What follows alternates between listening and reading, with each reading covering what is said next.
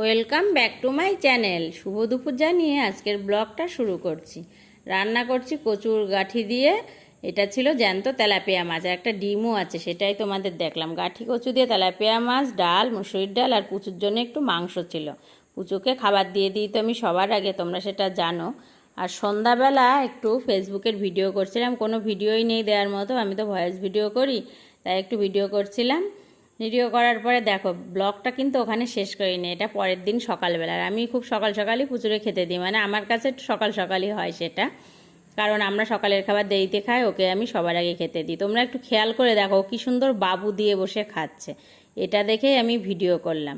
আর ওকে যতই ভালোবাসি না কেন, খাবার সময় কিন্তু কোনো খাতের নেই। জল দিতে গেলেও ওভাবে ওর থালা ধরে টান দেবো, আর ও গজরে ওঠে, আমাকে কামড় দিতে যাবে এমন করে।